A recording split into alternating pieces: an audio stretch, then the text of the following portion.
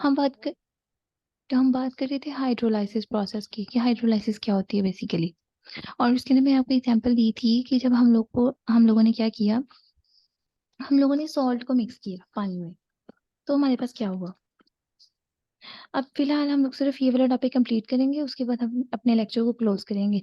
और कल जो है वो आपने मुझे इसी के बारे में सारा ब्रीफली बताना है कि आपने क्या क्या इसको किस किस तरीके से पढ़ा है, आपको क्या क्या समझ आई है।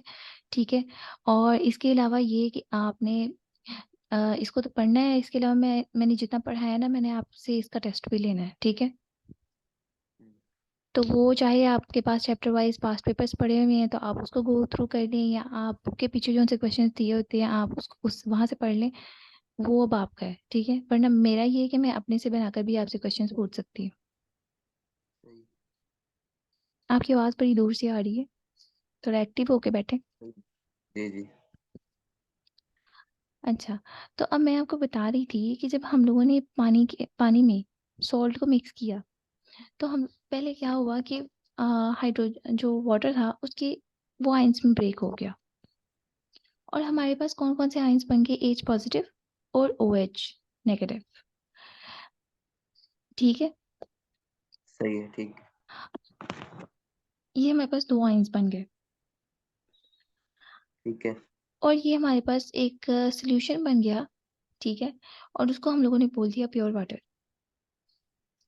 अब प्योर बेसिकली वाटर। जब हमारे पास H2O था, तो उसके अंदर जब आयंस में वो ब्रेक हुआ, तो क्या कोई चीज ज्यादा हुई, क्या कोई चीज कम हुई?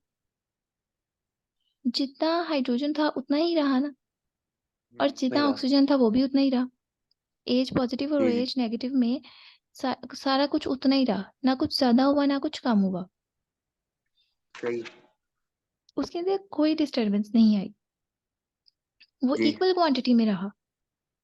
हम्म, तो इस वजह से हमने उसको न्यूट्रल कहा, कि इसकी जो Hp है, हाइड्रोजन पावर है, वो इसकी न्यूट्रल है, क्योंकि ना उसके अंदर कोई डिस्टरबेंस नहीं आई। जितने आयंस में जितना उसके मॉलिक्यूल्स थे, आयंस में ब्रेक होने के बाद भी उतने ही रहे।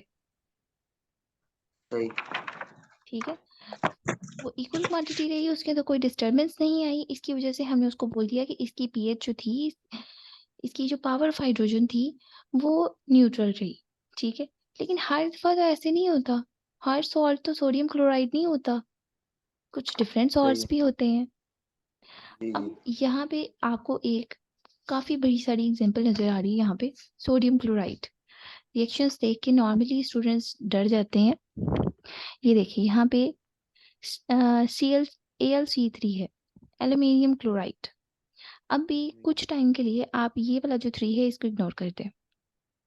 ठीक हम्म। है। H2O, हम लोगों ने इसको H2O के साथ, पानी के साथ इसको रिएक्ट करवाया, तो हमारे पास AlOH3 आयंस बन गए इसके।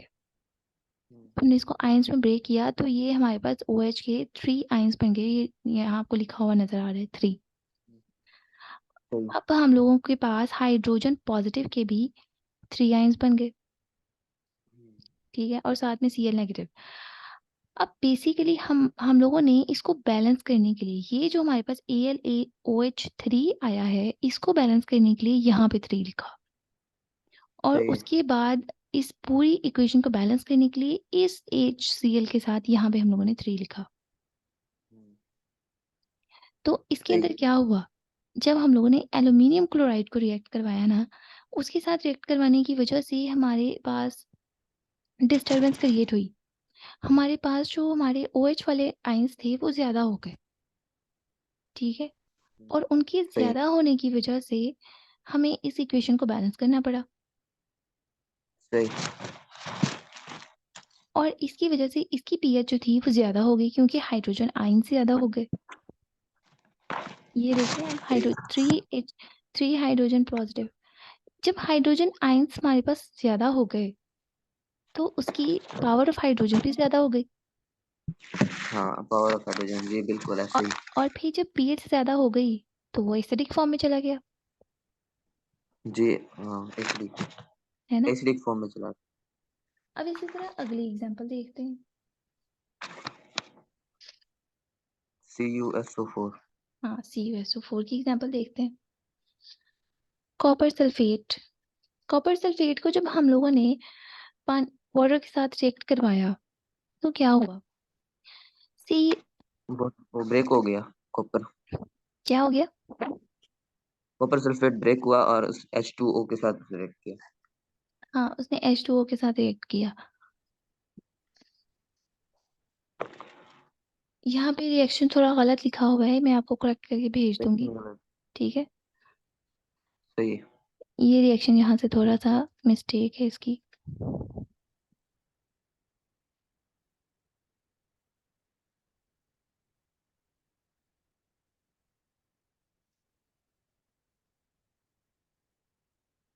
ये गलत है, इसको नहीं पढ़ना। हम्म, रिएक्शंस जो है वो मैं आपको वैसे बता देती हूँ कि इसके अंदर भी जो हमारे पास हाइड्रोजन आयंस थे वो भी हमारे पास ज़्यादा हो गए। बेसिकली यहाँ पे जो Cu मैंने लिखा हुआ है इसके साथ OH2 भी आना था। ये बेसिकली हम्म, रिएक्शन यहाँ पे गलत साथ लिखा गया है, OH। वो मैं आपको करेक्ट करके भेज दूंगी दोबारा से। तो इसके साथ भी हमारे पास OH नेगेटिव के 2 आयंस बन गए। उसकी वजह से हमें यहाँ पे वाटर ज़्यादा करना पड़ा, यहाँ पे भी 2 करना पड़ा। और जब यहाँ पे 2 ज़्यादा करना पड़ा तो मतलब कि हमारे पास यहाँ पे हाइड्रोजन के भी 2 आयंस बन गए होंगे, पॉजिटिव के। हम्म, और वहाँ पे सही। 2 आयंस बनने की वजह से उसकी भी हाइड्रोजन पावर ज़्यादा होगी। जी जी।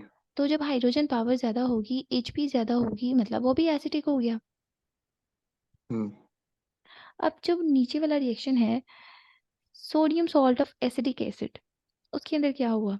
उसको जब हम लोगों ने वाटर के साथ रिएक्ट करवाया तो यहाँ पे नेगेटिव लिखा हुआ है, यहाँ पे भी हमारे पास H आना चाहिए था। ये भी रिएक्शन हमारे पास, रिएक्शन मैं आपको दोबारा से भेज दूंगी। ये वाला रिएक्शन बिल्कुल ओके है, ठीक है, ये वाला बिल्कुल ठीक है। इसके अंदर थोड़ी मिस्टेक है, ये जो नीचे वाली हैं ये वाला और ये वाला भी, ठीक है।